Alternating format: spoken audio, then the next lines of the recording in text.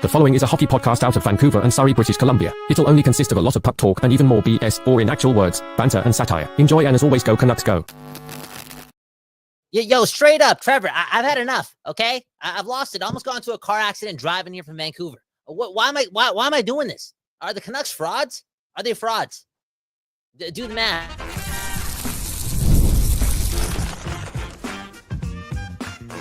You're Locked On Canucks, your daily podcast on the Vancouver Canucks, part of the Locked On Podcast Network, your team every day. I'll tell you who ain't frauds. That's Begsy and that's Bowen. That's us, the hosts of Locked On Canucks. Welcome to the episode, the postcast, if you will, as the Canucks drop a contest to the lowly Waddling Birds 5-4 on the second night of a back-to-back. And Kyle, this is a bit of an ugly one at some points tonight. And like I said, it seems like you were frustrated with the performance overall. I mean, what stood out to you most in the loss tonight at the Pittsburgh Penguins? Dude, just another BS performance. I mean, you can point the finger at Silovs all you want. Straight up, but it was the same BS that we kind of saw last night, but Lankinen, did all the work. This defense just sucks. They made little strides yesterday at clearing the front of the net, doing the little things, and maybe just the wind covered it up, put a couple sprinkles over it. But for the fifth or sixth time, I don't know if you had the schedule in front of you. I feel as if the Canucks just got their ass kicked, their ass handed to them, okay? Yeah, the score is 5-4, but no more moral victories. They got embarrassed by the Pittsburgh Penguins. It was 5-1 before you knew it. And Pittsburgh deserved it. I don't know what Rick Tocchet and this team are doing. Time in and time out, at multiple times throughout the season, they just disappear. They just collapse. They don't get the job done. And this team, to me right now, in this moment, again, I almost got into a car accident driving. I'm emotional. This team is so far behind the team they were last year. -2 goal differential through 21 games. And rightfully so. I know they've been missing parts. Joshua, Besser, Miller, Demko. It's been a different type of season, but the effort, the simples.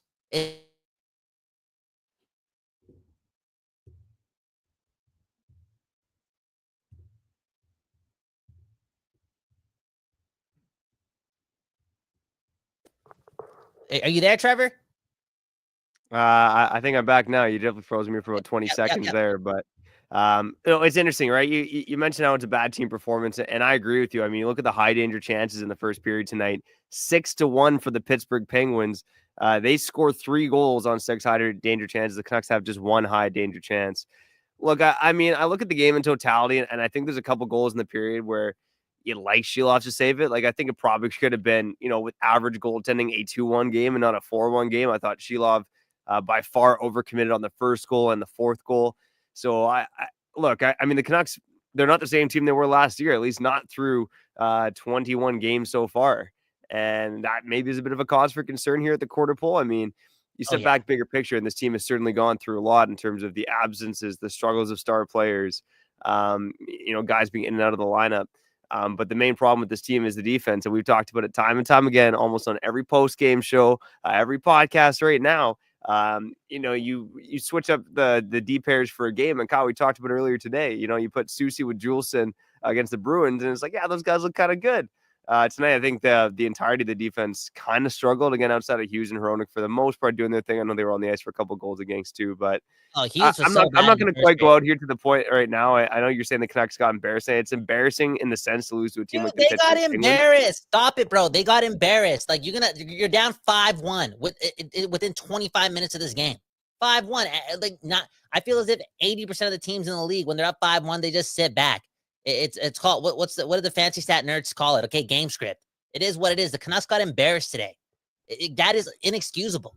It's like, again, I'm trying to do the math in my mind. I'm trying to go back. I'm also trying to bury how many bad games we've already had this season. But the Canucks have been embarrassed 5 or 6 times, and this time we got embarrassed by one of the saddest teams in hockey. And I know that's an NHL club. They got some star and talent, but that's an embarrassing, sad team, and they got worked. They got walked. And yeah, the Canucks played yesterday, but where's the effort? Where's the care in the beginning of these games? This team is so complacent. This team just is like praying for goaltending just to keep them in games. You know what I'm saying? And it's actually just pathetic. It really is. And one person who deserves a lot of blame, and he took a lot of blame about a week and a half ago, 10 days ago, it's Rick Tocchet, man. Like, this guy needs to get his ish together And there's somebody in the comments talking about how, he can see that the country club vibes are back in Vancouver, blah, blah, blah. I've said it time in and time out with this club. Talk it. Just unleash the leash. Okay? Whip the boys, metaphorically speaking. You know what I'm saying? Get mad, get angry, show some emotion so that this team doesn't fall asleep in the beginning of so many games. It's time, and that time is right now. Quinn Hughes is not going to rally the troops. Let him just focus on being a great hockey player, okay? Incredible hockey player. Look at the title, okay? No moral victories. That Hughes goal, that was a more victory. What a play, what a captain.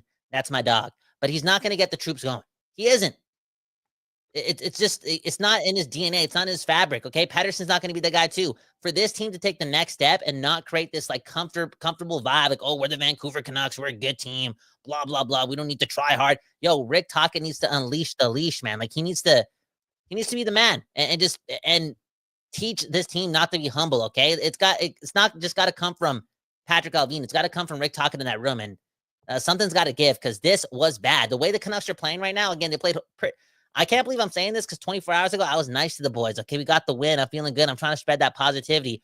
But look at how they played. They got absolutely outplayed like crazy. They got their asses kicked.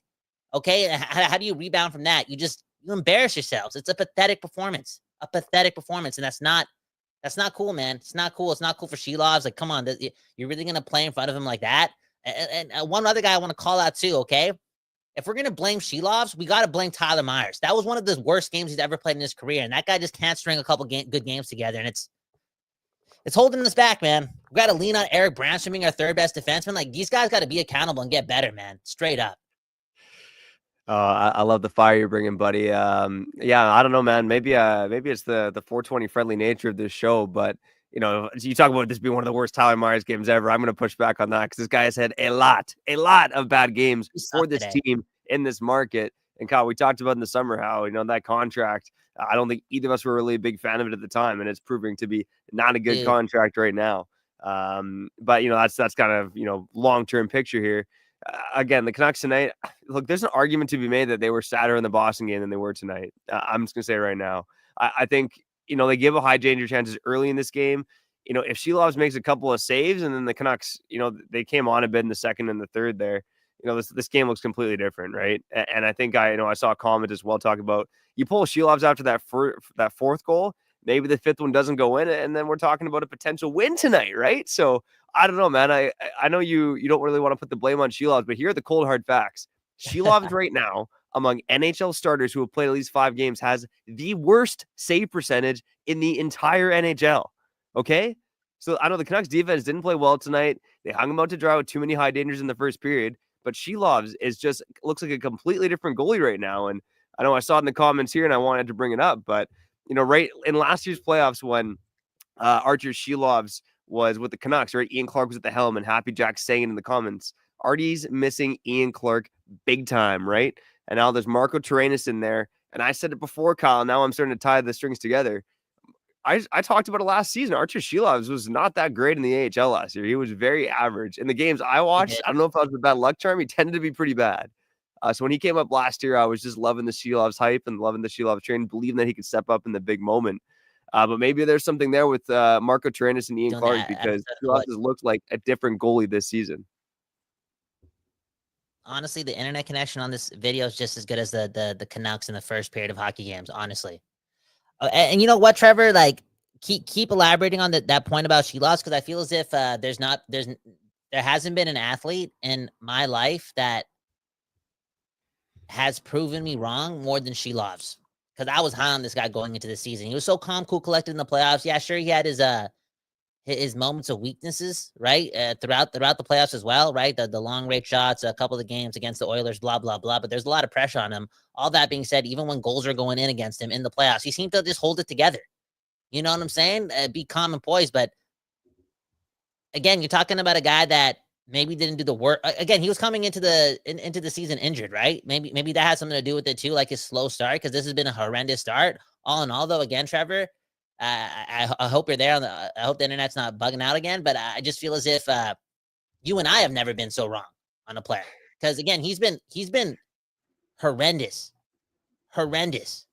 giving this team absolutely no hope in net. Yeah, and again, it's tough out there right now, and I think Anthemus is kind of echoing what I was saying too. It's like Anthemus is saying only the first period was garbage, but they battled back.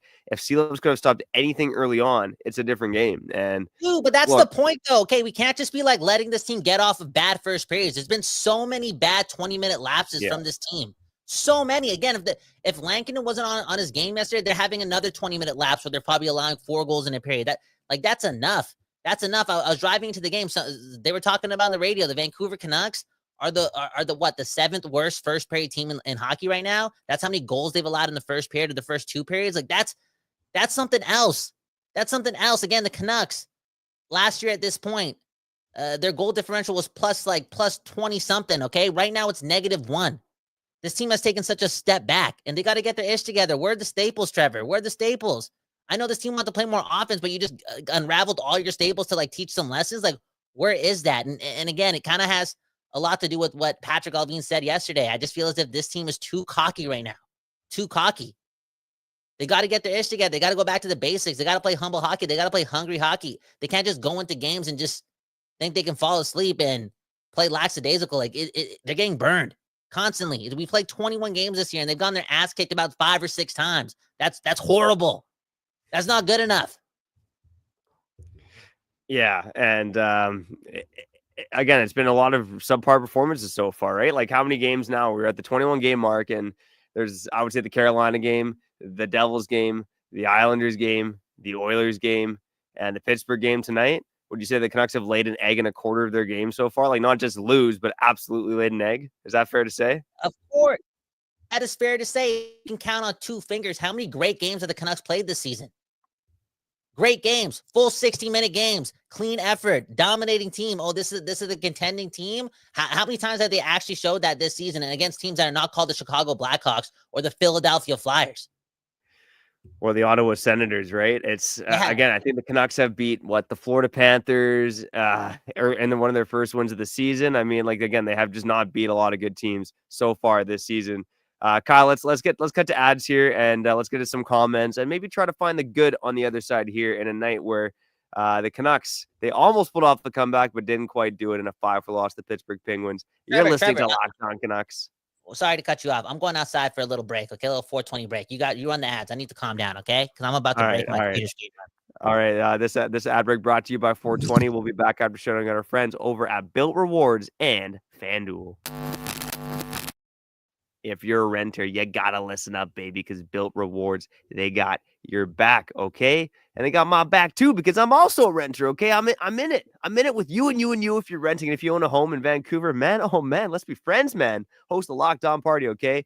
But if you're a renter, go check out Built, okay? Earning points is now a reality when you pay your rent through Built. You don't even have to check with your landlord to start earning points that you can use towards flights, hotel stays, fitness classes, and even your next rent payment. Let me break it down for you. There's no cost to join Built, and as a member, you'll earn valuable points on rent and your everyday spending. Built points can be transferred to your favorite hotels, airlines, and even the ones you haven't heard of. Wow. There's over 500 airlines and 700,000 hotels and properties around the world where you can redeem those Built points, okay? So if you're not earning points yet on rent, my question is, what the heck are you doing, man? Start earning points on rent that you're already paying by going to joinbuilt.com/lockedonnhl. That's joinbilt.com/lockedonnhl. Make sure you use the URL so they know that we sent you. Joinbuilt.com/lockedonnhl to start earning points on your rent payments today. Mother what? And now I got to shout out the OGs over at FanDuel, baby. FanDuel, they got your back whether you're betting on NFL, NHL, whatever it is, okay? Hopefully you didn't get suckered on the money line tonight because the Canucks were slight favorites, even on the second night of back-to-backs against the lowly Pittsburgh Penguins. And, you know, I don't want to put that bad juju on the air live, but I was thinking heading into this game that, you know what, the Pittsburgh Penguins are not the San Jose Sharks. They're not going to lose every hockey game. But whatever you're betting on, make sure you do it on FanDuel because right now you can bet $5 and get $150 in bonus bets if you win. The FanDuel Sportsbook app gives you everything you need to place live bets on the NFL and NHL all in one place, baby. So when you get a hunch in the middle of the game, you can check out the latest stats, view live play-by-play, and so much more on that same page where you place your bets, man. Just visit FanDuel.com to join today. Get started with $150 in bonus bets if you win your first $5 bet. That's FanDuel.com. Never trust a fart, never waste a hunch, and make every moment more with FanDuel, an official sportsbook partner of the NFL.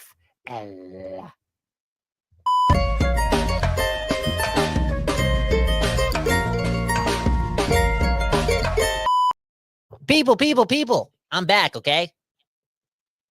Feeling a little bit nicer, okay? I'm not going to lie. Kyle Bound, Trevor Becks, Locked On Canucks. Your Canucks lose 5-4, a.k.a. 5-1 to the Pittsburgh Penguins. That's what it feels like. No moral victories here. Yeah, just tired of this team being invisible for large spurts of games. Like that's just not good enough. Not great enough. And we expect more. And the more and more I watch efforts like this, the more and more I think about how much help the Canucks needs versus how much this version of the Canucks should be willing to give up in order to get that help, right? Straight up. What are your thoughts on that? Do you like how do you think Alvin is processing all of this? Yeah, I think a trade's coming sooner rather than later, and I think it's something we got to talk about this week, and maybe we'll tease it right now. But I do wonder if based on some of the reporting out there, if David Jiricek from Columbus might be a preferred target. And at first, really, it would have to be probably like a Willander or a Lekaramaki for Jiricek. You're talking about a guy who's a 6th overall pick, a guy with size, a guy with snarl, a guy who's young. And can you imagine if they do hang on to Tom Willander, it would be a right side of Hronek, Willander, and David Jiricek. I mean, that is some crazy stuff. But there's recent reporting from insiders that Columbus may not, it might not be like a 1-for-1, like blue chip prospect, blue chip player. It might be a package of picks. And that's something that, to me, scream Vancouver Canucks. They've been tied to this player. They seem to have interest in this player. You're shaking your head at me, Kyle. But I'm just saying, Patrick Allvin, he makes the big move. Unfortunately, it's the one you usually don't expect, which makes things it's not Jiricek. But you look at the market right now, there's just not a lot of primo options among top 4 defensemen, right shot or left shot, unless they got a ton of term. I think this is a player the Canucks could definitely be interested in. Oh yeah, why? Like honestly, like why would the Vancouver Canucks want to trade for Jiricek to fix their problems if it's going to cost them a first-round pick when they don't know how Demko's going to look? And if they don't know how Demko's going to look and how healthy he's going to be after he plays some hockey games, that means Archer Silovs is your backup again. Like, can Lankinen do this for the next 50 games? Like, there's still so many question marks with this greatest strength of this team. And it's not like their defense, it's not their forward group, it's their goaltending as far as like what allows them to win games. Because for the most part, Lankinen, again, the MVP of this team. Again, I just feel as if this team should be the furthest thing based on, again, how many times they've gotten ass kickings this season. They should be like one of the last teams to trade their first round pick this season. I'm not saying it's destined for like a top 5 pick, a lottery pick. I'm not there. I'm just saying it's just, I don't know, man. Something like, I know it sounds little, but like, it's like, we don't got Ian Cole this year. Like, I feel as if we need 2 trades to really fix this team. You know, it's not just a Jiricek who can't, like, I know Columbus and him don't get along, but it's not like this guy's a guaranteed bang for your buck. He's going to fix the whole decor. Like, he's a project too with some high upside. Like, he's got a good base. I understand, but this team needs a ceiling, you know? Yeah, and the reason I'm intrigued by Jiricek is twofold. I think he can play in the NHL right now. I think Columbus has dicked him around, but I think this guy can play. And the second thing is, contending teams need players on ELCs and cheap contracts to get the job done. And aside from Lekaramaki or Willander coming down the pipe, the Canucks just don't have that right now. Oh, and by the way, they're entering somewhat of a cap hell next season, depending on how much the cap actually goes up. So I think for a number of reasons, it's a player the Canucks should be interested in. Look at this comment from Happy Jacks, okay? Can you click that one? And this is kind of what I want to get to. Happy Jack saying, you guys hitting the panic button too soon. Help us coming in weird, treading water. Look, the Canucks still, I mean, no, they haven't. Like, there are warning signs, right? The defense sucks. They haven't beaten many good teams. But Kyle, what did you say coming into this season? You wondered if the Canucks might not be going full throttle, full gear after what the run they went in the playoffs, right? And right now, look at the Edmonton Oilers. Look at the Colorado Avalanche. I know they've been banged up too, but so have the Canucks. And look at the Vancouver Canucks. You got the 3, arguably the top dogs in the Western Conference, who have had middling starts right now. And again, we're talking about hockey in October, November. The Canucks are still there. They're still in the dance. They're still in the race. This team obviously isn't at their full peak right now, but I'm still on the boat of believing that the Canucks are really a top 4 defender and a JT Miller return and maybe a Demko return away from being one of the top teams in the NHL. I still believe that. Wow, that's beautiful, man. That's beautiful. That's actually warming up my heart. People, I've been telling more people this lately. Okay, you got to warm up your heart more often than just warming up your mind. Okay, stop overthinking and just use love. Lean into the bright side. Right? Again, the Canucks still on pace for 100 points. The Canucks have only been good for 14 or 15 months, and here we are. Here I am. Okay, sleeping over at my parents' house tonight. Okay, that's how hurt I am. Okay, panicking. Here I am, expecting what? Again, the Canucks are what's the math? 11, 7, and 3. Again, 14 into being good again. It's maybe I need to slow down a little. No Demko, no Miller, no this and that, blah blah blah. That all being said, Trevor, answer the question. Is it time for Rick Tocchet to step the F up? Change it, do something. You don't have to go this dark like Mr. Haas, Dr. Haas. But again, am I just being an old school hockey guy, a 31-and-a-half-year-old old head, demanding that Tocchet leashes out the leash, man? Let's go. Wake these guys up. Show some emotion on the bench, bro. Don't let this ish happen. Okay, it's 3-1. You're just sitting there smirking, call a timeout, lay into the boys. Do something. Change your way up. Stop just trying to lean into this core of Hughes and Patterson and Brock Besser to fix problems internally in the game. Those guys they've been losers more than winners in hockey. But you've been the winner. Just be that dog. Be the captain. I'm okay with that. So early in the Canucks tenure, I just want that from Tocchet. So I'm not saying he doesn't care. Okay, but again, when I hear Alvin saying that the team is a little humble, I know he's talking about Rick Tocchet too. These guys got to get better. Everyone's got to get better. And I think for this stage of the season, going into the second quarter, Rick Tocchet, man, just step up and be that dog, be that man, be the ultimate leader of this team. Yeah, you know what? There's a lack of activity behind the bench for sure in terms of timeouts. I do wonder if maybe he should have yanked Silovs a little bit sooner, show more emotion. But look, I do think it's a double-edged sword, right? I think there's only so many times that you can yell and scream at your team and hope for the best. And so I don't know, man. I'm not necessarily Tocchet's got to come in here and start yelling and screaming. He makes some odd decisions too. Again, Kyle, you talked about him being too trigger happy with his changes.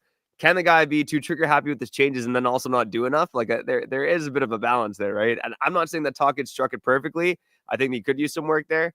But yeah, there's something. It just seems to be something off with the way he's pushing buttons right now. But overall, I think this is a guy that's still a good coach. He was voted the coach of the year last year, man. Come on. He's a good coach. He's I think he can be a great coach, but he needs to evolve to be that great coach. Something's got to give. And I just personally think he's being a little too nice, just a little too nice. Okay.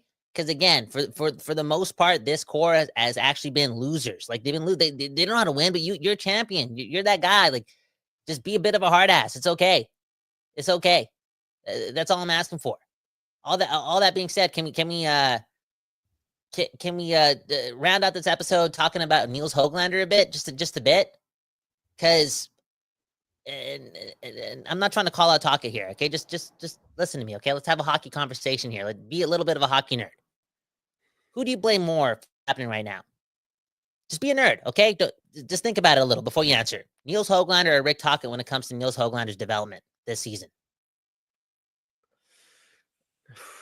I mean, right now, I'm actually putting more of it on Nils Höglander, to be honest. I think I'm wondering where you want to go with it, but to me, I see a guy that's not as engaged as he was last year. To me, one of the biggest issues with Nils Höglander, this has never been a strong suit of his game. He's really good with the puck on his stick. He can dipsy doodle and he can make cool plays. And he's got an aggressive nature to his game, but he just doesn't seem to put it all together in terms of having the high hockey IQ. He's not good at finding his teammates on the ice either. And, right now he is kind of stuck in no man's land because he's playing with, credit to Aatu Ratu. I actually thought he had a great game tonight. I'm surprised Max Sasson got benched because, he had a great play screening the goalie or Tristan Jarry on Ratu's goal. But anyways, Höglander right now is stuck on a fourth line with AHL players. And that's a hard rut to get out of for a guy that isn't a play driver. He's a guy that needs to play with skilled players. So I'm at the point now where, again, what has Höglander gone? 16 without a goal, 10 without a point, unless he got a point on the Ratu goal. I didn't quite see that, but yeah, I'm mainly blaming Höglander. I think Rick Tocchet could put him up the lineup and he likely have more success playing with better players, but I think he's got to earn it too. And I don't really think he's earned it right now. Well, okay, it's not, and I don't think he's earned it too. So it's not necessarily needing Taka to like put him up the lineup. It's about communicating different to teach this lesson. Do something else. Does that mean he has to be a little bit more mean? Be a bit more of a demanded out of him? Like maybe he's being too nice. I don't know. Maybe it's the opposite. Who knows? But the communication definitely has to change because he's the coach and Niels Höglander's still a young player. That being said, Niels Höglander, you can tell, man, this dude just taking it personal. He's not taking it shift by shift. He's already in his head thinking about like what's happening to him, and words going and how he's playing with AHL. It's like, nah, just focus on the shift at hand. And when he's on the ice, he's just overthinking with the puck, making mistakes everywhere. That's not really Niels Höglander's game. He's played a lot of hockey in the NHL. We haven't really seen this version of Niels Höglander where he has the yips. Okay. And all that being said, yips aside, don't you, again, 16 games without a goal, 10 without a point. We know Niels Höglander has some bite. There's been so many moments where the Canucks disappeared for like 20 minutes. Don't you want Niels Höglander being that guy who causes a ruckus, bring some energy to the arena or to the room, bring that bite, bring that tenacity, bring that anger, like the other elements of the game, and he's not even doing that. So again, he's taking it personal. Yeah, I do wonder if the Canucks should get a little bit creative with Niels Höglander right now. And actually, this comment from Zarfy Bear I wanted to bring up. He's saying Joshua needs to get that chemistry back with Garland. I mean, look, shout out to Dakota Joshua. It's seriously, it's obviously hard to come back from something that he went through, recovering from cancer. But the two have lacked chemistry. I know you can grasp at straws and say they've gotten better from game to game, but and the analytics match the eye test. Those two have a pretty ghastly expected goals for percentage right now when they're on the ice together. I do wonder if there's a situation where maybe, again, Höglander looked good with Garland at points early in the season. Maybe you put those two together again. One of the crazy experiments the Canucks could do, and I wouldn't put this on the Canucks now, but Joshua at center. He's played a bit of center in his career. He's been good in the face-up at the NHL level. That's an interesting experiment, but I do wonder if there's different ways you can utilize Niels Höglander. Right now, he's being used to prop up the fourth line and play an energy role, which he scored in the past. So there's a part of me that thinks that he's gonna, get over this case of the PD yips, the yips that PD passed along to him. But right now he's just not on his game, and it's a rough streak for him for sure. It is, and I hope he gets his ish together because a bit of an X factor, and again, right now maybe not getting the minutes, but just also not making the most out of the opportunity too. Like you're still playing in the NHL. You know what I'm saying? That's why I think this team, right? This young team, like they need to learn not to take these lessons personal and like hold on to these changes for like games, like just it's about maturing. And the Höglander's gonna get it. Again, like it hasn't been the ideal start for him. He's bounced around. Now he's playing with AHLers and he's maybe confused and he just signed this 3-year extension. It's like, what, like, creates a lot of confusion and maybe he feels like he's not being treated fairly. But again, it's just like, do your job and bring something to the table. What's that Jeff Patterson saying, right? Do something. Somebody that was doing something. And, Trevor, thank you so much for getting more positive. Okay. Helping me out. I really appreciate that because go Canucks go. We're still winning the Stanley Cup. I'm back, baby.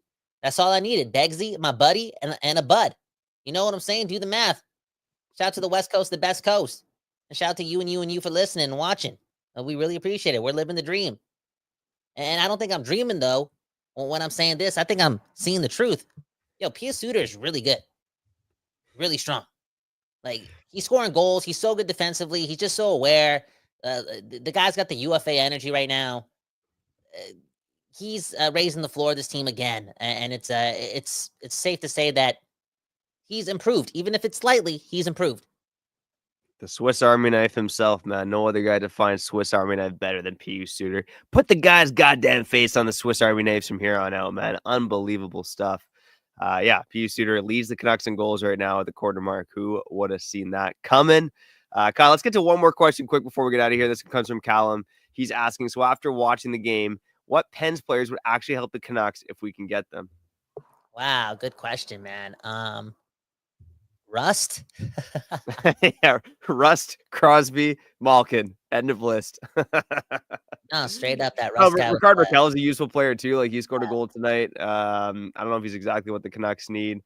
I look at their defense tonight. Like Marcus Pettersson is, I don't know, man. He's going to cost. You know what Penguin they need? They need Rick Tocchet. They need Rick Tocchet, man. Again, I see a comment there too. I Wait, see a what? comment from Savi, right? Savi saying, I don't know if I'm going to read this right or if I'm picking up the energy correctly, but he's saying that champions don't need their held. Their head held. Okay. The champions don't need head? What? Oh, sorry. Okay. Champions don't need their hand held. Taka's job is to coach. The guys need to step up on their own. And I don't believe that. I actually don't, man. The team effort, right? The team wins the Stanley Cup. Last time I checked, the head coach is one of the most important positions on the team.